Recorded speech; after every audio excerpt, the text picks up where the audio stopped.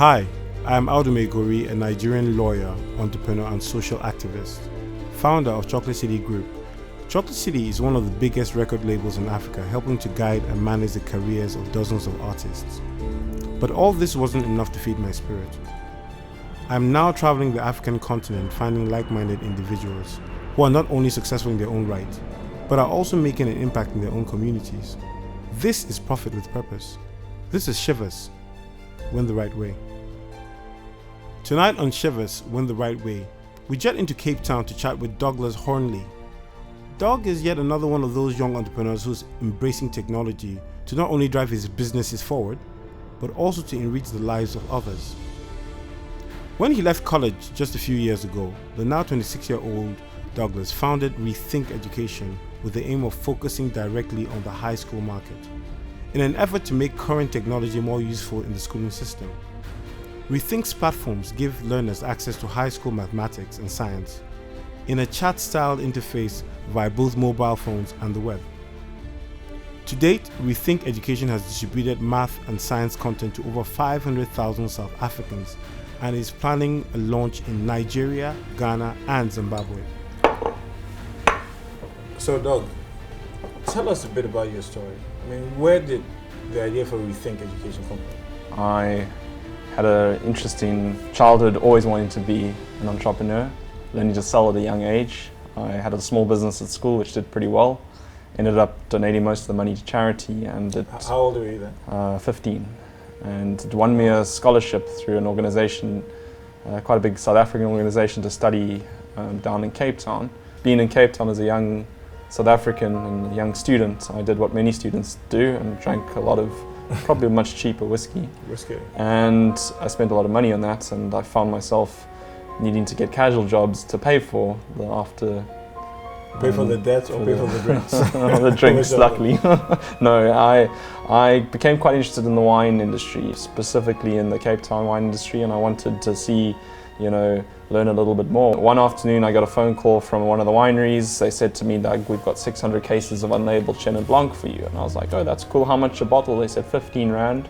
I'd moved down from Johannesburg. The cheapest wine you could buy in Johannesburg as a student was about 35 Rand. This was cheap wine. Yeah. On the phone, I kind of calculated how much money I had saved in the bank, which was supposed to pay for my food. Scholarship was giving me a food allowance, and instead I decided to pay it over to this winery for 600 cases of wine. I needed a way to sell, because if I didn't sell the wine, I couldn't eat. And I started to try, I approached my friends and I tried to sell to them, but no one wanted to buy it. And then I realized that one could personalize the wine. So I had a printer at home and I could print out sticky labels. Friends of mine would come to me and say, okay, we're having an event for 200 people. How much wine should we take? I said, yes, 200 people, at least a bottle a person, at least. And the sales started to come in. I had realized through this, I didn't actually need a university education to start this small business, but it certainly had helped. Yeah. And I remember reading an article about the state of education in South Africa in my final year. And it was particularly poor. To give you an idea, about maybe 1 in 100 students in South Africa pass mathematics at school. And we need a way to solve this. And I had always been interested in technology since a young child. I didn't know how to code, but I certainly didn't know how to, how these systems worked. And I decided, what one has to do is find a way to get education to more people. So we needed a way to get it to the masses, and the idea was, well, surely that all students in South Africa at the time had mobile phones, and could one not SMS the maths curriculum to them? The challenge is, if you were to break down a topic of maths into little messages, it would cost you a lot of money to SMS them to one person.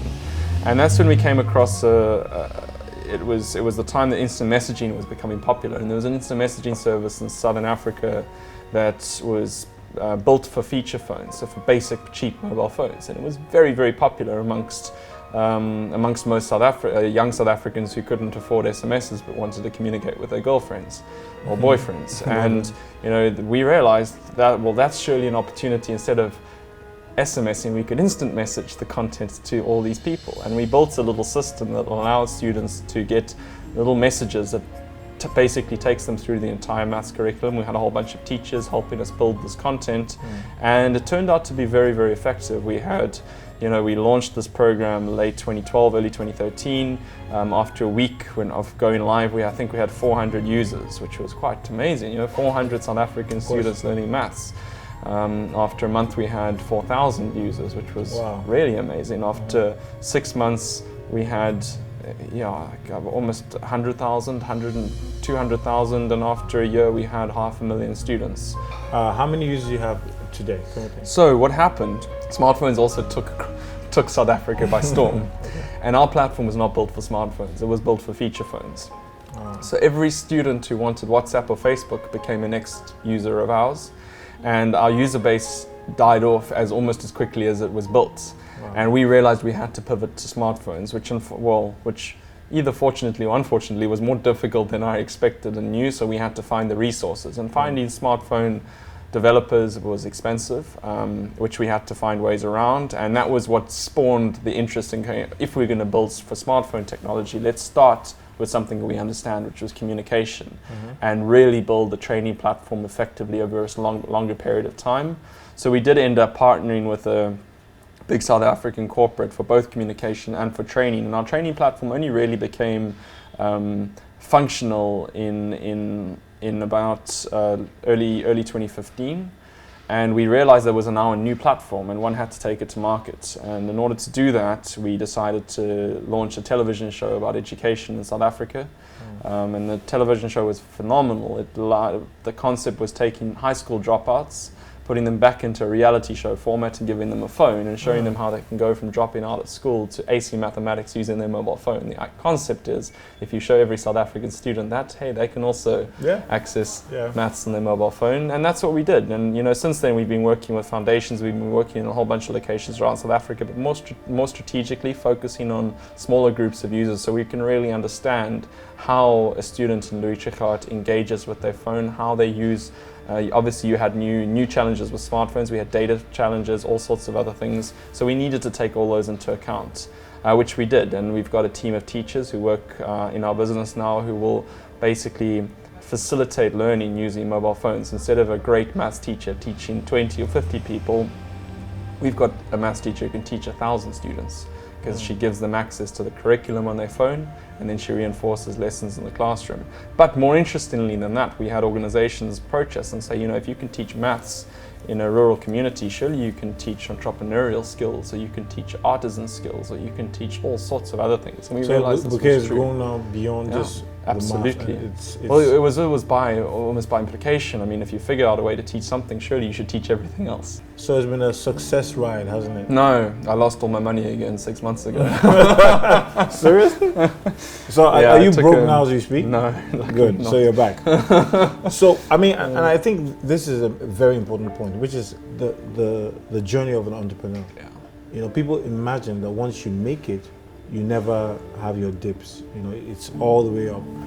My question is that how's that been for you? You're just 26 and you've been in this business for almost 10 years now. Yeah, my experience has been that when you hire your first employee, time speeds up by a factor of 10. The 25th of every month arrives quicker than you can ever imagine. When you hire your first 10 employees, that gets quicker, and it's a sliding scale up. So I found that since my first employee joined our business, the train really started to roll quickly. And you also have a responsibility. You have a responsibility to the people working with you, right? It's fine when you're working by yourself. You can make mistakes, you can move slowly, but when people have entrusted their lives to you too, you've really got to go full steam ahead. Because I was young and naive, I perhaps didn't realize some of the risk I was taking on when I started. So I've ended myself on credit card many times, which obviously I don't tell the team we're working with, but it happens, and you have to find very innovative ways to claw out of some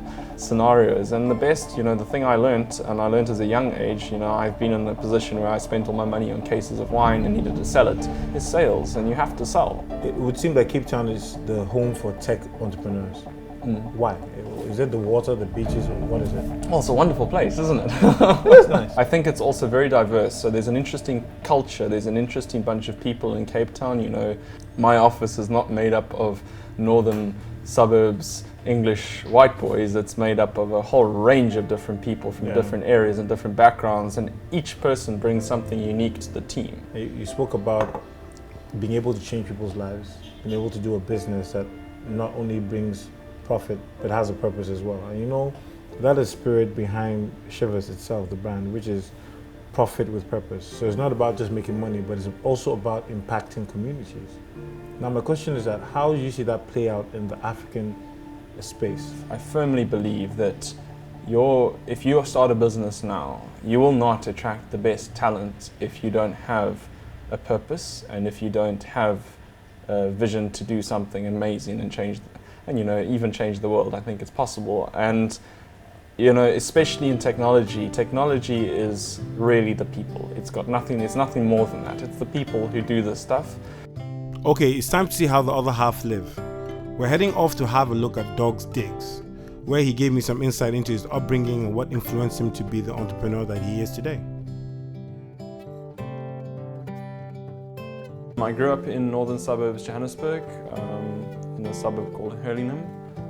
My dad worked initially as a scientist in the diamond mines. So he worked for De Beers Industrial Mining when I was young. My mum was a pharmacist, but she spent most of her time looking after her kids. I have two younger siblings, a younger brother, younger sister. My younger brother is currently studying internationally, doing his master's. My younger sister is studying at the university in Cape Town.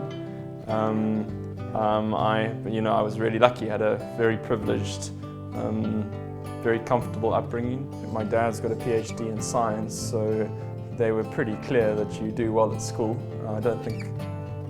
I'm not sure I did as well as I could have.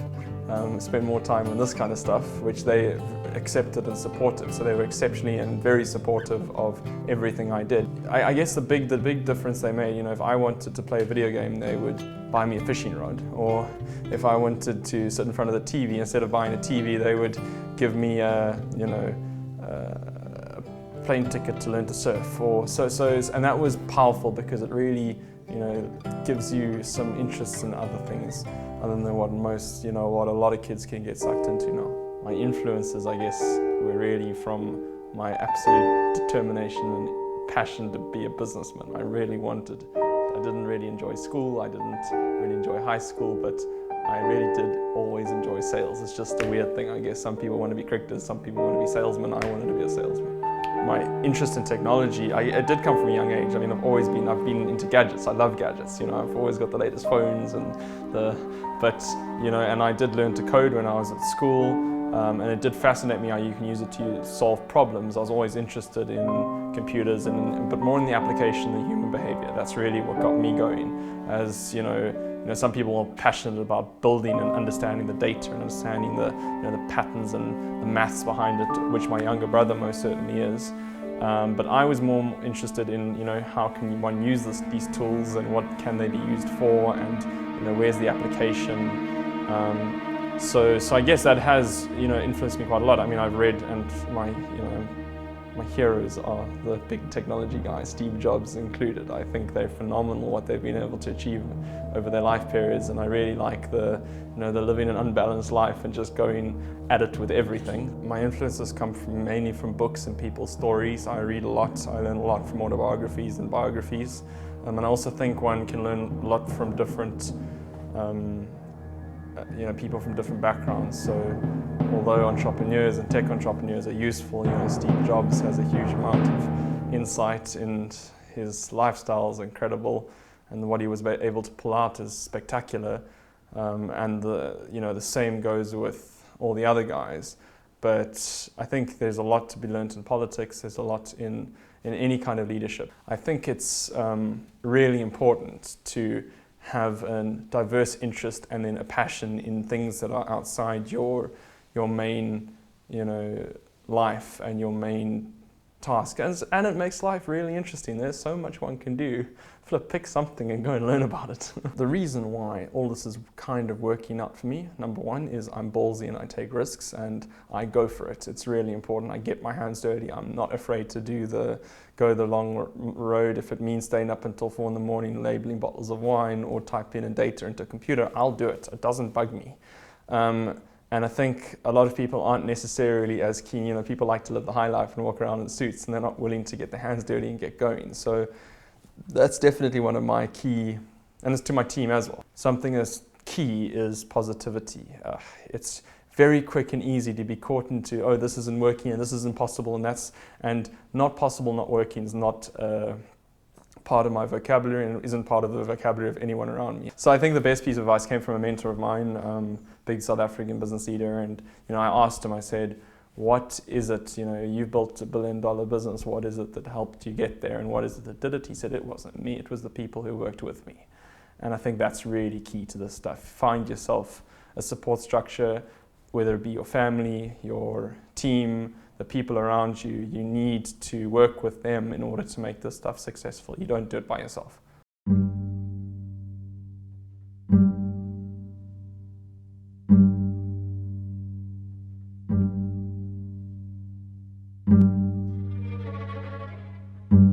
So now that we know who the man is, it's time to find out about his business and how it enriches the lives of others. So Rethink Education was my focus for the last 5 years. It started when I left university, when I qualified at UCT. I believe strongly that the core to any organization, any business, and actually any non-profit, and I sit as a trustee of a couple of big non-profits, is the ability to raise funding in order to make sure you know what you're doing and you can do what you want to do. And sales is the core of that. If you can sell effectively, you will be able to build a business, and I really see myself as a salesman above everything else. I know how to sell and I really enjoy it, and it gives me a thrill solving a problem. And that's what this allows us to do. And because I've got a team of people behind me who can really help, actually solve those problems, it allows us to really go and focus on huge opportunities and go balls to the wall and break down the walls that we do hit, and find ways to find clever ways to solve those issues. So one of our schools in one of the rural communities in Cape Town obviously promotes maths and science, and they've done a lot of work with the students coming out of really poor homes to try and get them proficient in both high-grade mathematics and science. And our platform's been key to helping these students access quality content, because content's expensive, textbooks are expensive. The school unfortunately doesn't have a computer, or a very fancy computer lab, doesn't have strong internet connections, but all the students do have mobile phones. And we've seen in particular how the teachers have become so excited about the ability to give their students extra resources, and giving their students access to the full maths curriculum on their mobile phone is a huge step ahead of where they were up till now. I mean, traditionally, up till now they were teaching on the textbook, on the whiteboard, and that's all they had at their disposal to teach these students the entire curriculum. It's not enough. You need more. You need more resources, and mobile phone and clever content for mobile phone solves that. Actually, the IP of a tech company are its people. We like people who really see the big picture and who see no barrier too big. It's not about making money, it's about making impact. Absolutely. However, I give a lot of money into education. I'm very involved, as my partner is, in non-profits, in raising funding for scholarships for people who don't necessarily have the funding required to get an education. I deeply now believe in an education and what one can do with it. If you're going to do something, commit your life to it, you must be rewarded for what you want to do. And if you can make that do something, if you can take that construct and do great for other people in the process, well, isn't that incredible? To me, business is actually more about integrity, about doing the right thing for the right cause and believing in the right cause. And the success we've had is not necessarily because we've been exceptionally keen on winning. I mean, don't get me wrong, we're very forward thinking and we like to move fast, but it's about the change one can make, and it's about, the impact one can have and how quickly one can do that. And once you've done it on a small scale, it becomes addictive. You want to do it again, and you want to do it bigger, and you want to do it bigger and bigger and bigger. The reason I'm sitting here with a great business that's doing amazing things is because I've lived the mobile revolution. It's totally changed our lives, and I think it will continue to change absolutely everything. What I've noticed in my message, I guess, to organizations and perhaps bigger companies in South Africa and internationally is that, if you don't embrace this and figure out a way to harness the power of what technology and especially what mobile technology can do, you will be left behind, and I absolutely assure you will not be around in 5 to 10 years' time. After hearing about Doug's business journey and what they do, I wanted to see the fruits of his efforts. I traveled to Gugulethu, just outside Cape Town, to meet with Zwele Ntombela, a teacher of Leap Science and Math School, to find out how Rethink Education has changed his teaching experience. As a maths teacher yourself, how has that been? Has that been better for you? Has it been easier to teach students using the application? Well, this is a very good tool. It's a very good tool because kids learn differently, right?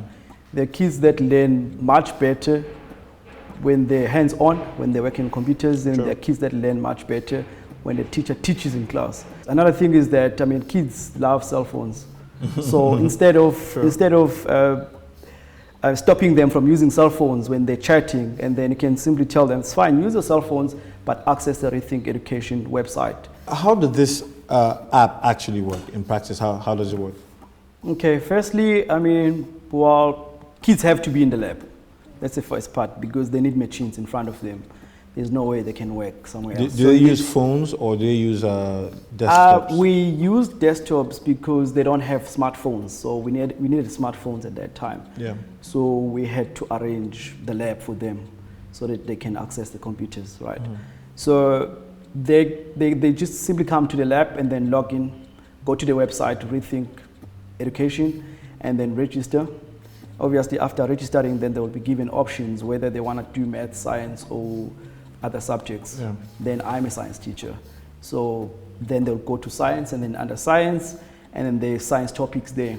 So this is what I would do. Let's say maybe on that week I'm dealing with chemical reaction, right? So, and then the Rethink Education might say they come after a week. Then that week I'll teach my chemical change, and then when Rethink Education comes, then I'll go back to that chemical change, but not using my method of teaching, but using Rethink as some sort of a revision to them. And and then what was interesting is that if they give wrong answers, let's say maybe they're accessing the Rethink Education site, there will be short notes, like an introduction of what they're doing. Yeah. And then after those short notes, then there will be questions, right? So they go through the introduction of that section, which is like, for an example, chemical change, and then they go to those questions, they answer the questions. What is interesting is that if they give wrong answers, then there will be the correct answer that will pop up, right? Okay. That tells them that what you're saying is different from what you should say or what you should give, right? And then another interesting part is that I, as a teacher, I am able to see whether they're doing my work or not. And I see you've done 8% of 100%, so you need to do my work, which is something that you can't see in class, right? You can't see who's doing work and then who's not doing, unless you move around. So it makes life easier in that way because you sit in front of your screen. Your scoring system, how does that happen? I mean, once they're done with the questions, you score them immediately, you send them an email, or how does it work? Do they get their results immediately?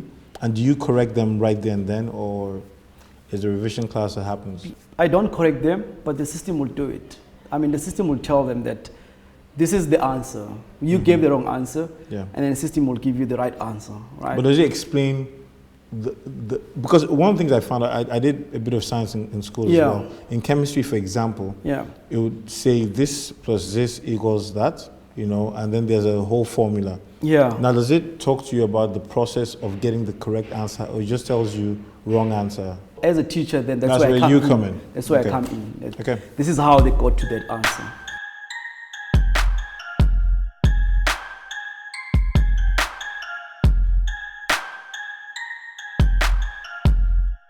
Why is South Africa the place for tech? I mean, I would hope to say that to you that Africa is the place for tech right now. I've got off the plane in Rwanda and seen more incredible things than I've ever seen anywhere else in the world. You're offered a SIM card and you get a bank account as you get off the plane. It's incredible. Really? Absolutely. And I think maybe, it's because I would perhaps say it's not tech, it's mobile tech. Most people in this country do not have access to a computer. They don't even know how to click on a start button and open up an Internet Explorer or a word processor. But man, if you ask them to transfer some money on their mobile phone and access some sort of app and do all, they'll be able to do it in seconds. What is the business model? How do you make money off of the application? So once we, our initial business model was to sell content, sell maths and science content, until we realized that a lot of students can't actually pay much money, but they can pay a little bit. So we do that. We work with foundations to sponsor licenses who help us pay for the system, the hosting costs, the staff salaries, but that's not enough.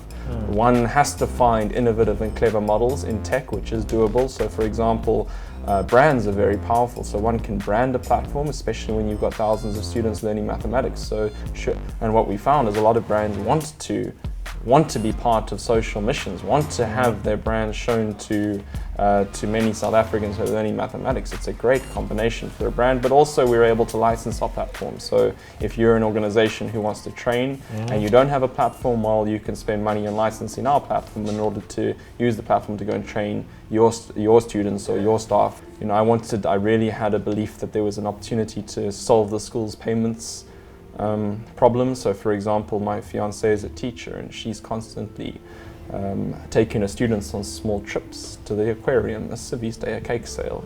And each time she types out a letter and sends the letter to her students give them to her parents, and it says 42 Rand 50 to go to the aquarium. And the parents have to run around and find this in cash and then give it to the kid, which is a safety hazard, and it's a nightmare. And this is a problem all schools face all over the world. But it's a great opportunity to solve that using mobile phones, right? Because all of a sudden you say, teacher, send your parents a message that says 42 Rand for aquarium, let the parent hit the pay button and put the money into the school bank account. Simple. It's simple, but it's got international application. Your perspective about life is very interesting to me, simply because you find that across the continent, people are always complaining about the issues, but very few people are doing anything about solving those issues. What represents a gentleman to you? You know what a gentleman, the word, I mean, it's almost trust, archaic right? now. Trust, integrity. Trust, sure. integrity. I don't work with people I don't trust, and I make sure that everyone who works with me trusts me. I don't believe that there is any room, in this game, it's your reputation really means everything. And if your employees don't trust you, if your clients don't trust you, if your partners don't trust you, you'll never move anywhere. And that's very, very key to our values and what we do as a business. You have to make sure that you act in the best interests of everyone else. Right. And there's absolutely no margin for error there. You do things honestly and you do things properly. That's it. If there was one line to describe Doug, what would you have liked to be remembered for? It really is about making sure every day is counted and doing as much as you can with it. So I propose a toast to the Doug legacy. Live hard, drank not too hard. Play hard, right? Maybe. And worked hard.